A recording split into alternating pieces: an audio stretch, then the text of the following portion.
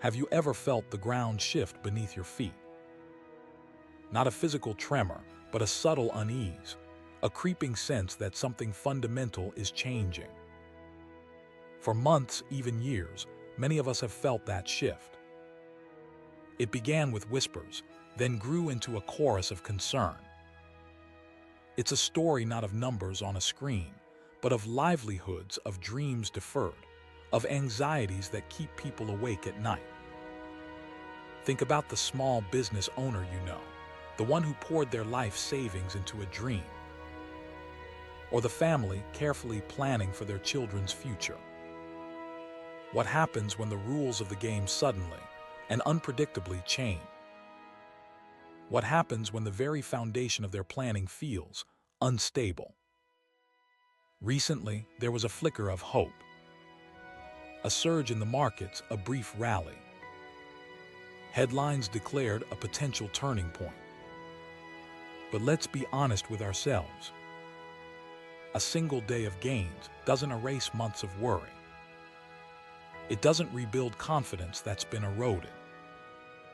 It's a fragile bloom in a field of uncertainty. This isn't simply about the Dow Jones Industrial Average, or interest rates, or trade agreements. It's about something deeper. It's about trust. Trust in the systems that are supposed to protect and provide. Trust in the leaders who are supposed to navigate us through stormy seas. And right now, that trust is strained. Imagine a ship sailing into a fog. The captain assures the passengers everything is fine, but the visibility is near zero. The waves are unpredictable. No one knows what lies ahead. That's where we are right now. We're surrounded by uncertainty, and the captain seems more interested in blaming the weather than in charting a safe course. The reports started circulating, whispers from behind closed doors, statements carefully crafted to calm the waters. The idea that a major trade dispute might ease. A potential de-escalation. But words are just that, words. Until they're backed by concrete action, they're just promises. And promises, broken or unfulfilled, carry a heavy weight. It's a complex web, isn't it?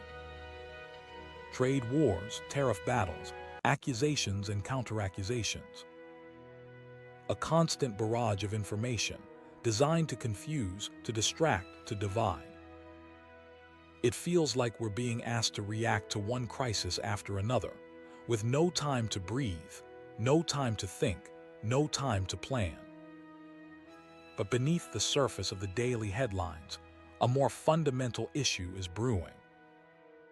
The lack of clarity, the inability to predict what tomorrow will bring. Businesses need to know their costs. They need to know the rules. They need to be able to invest with confidence. And right now, that confidence is shattered. Think about a builder preparing to construct a new home. Would they start laying the foundation if they didn't know the price of lumber?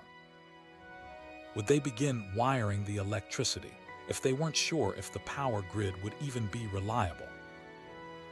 Of course not. They'd wait. They'd pause. They'd hold off until they had a clearer picture of the future. And that's exactly what businesses are doing now. They're freezing investments.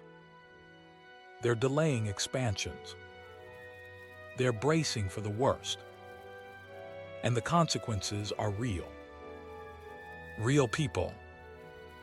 Real jobs. Real families. We're starting to see those consequences now. Whispers of layoffs, anxieties about job security. The CEO of a major telecommunications company openly admitting they'll simply pass the increased costs onto consumers. A stark admission that illustrates the reality. Many are now facing higher prices and a shrinking purchasing power, It's a dangerous cycle. Tariffs increase costs. Businesses respond by raising prices or cutting jobs. Consumers feel the pinch, and the economy slows down. It's a simple equation, yet it's one that seems to be consistently overlooked. It's like trying to build a house on sand. The higher you build, the more unstable it becomes. Eventually, it will crumble. And what about the Federal Reserve?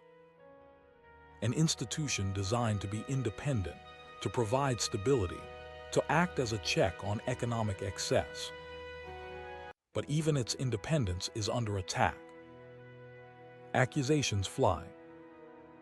Criticisms are hurled. The very foundations of its credibility are being questioned. It's as if the rules are being rewritten in real time, with no regard for the consequences. Imagine a referee in a crucial game suddenly changing the rules mid-play. Chaos would erupt. Fairness would be undermined. And the outcome would be uncertain. That's what's happening now. The rules of the economic game are being constantly challenged, and the referee is being pressured to bend to the will of the players.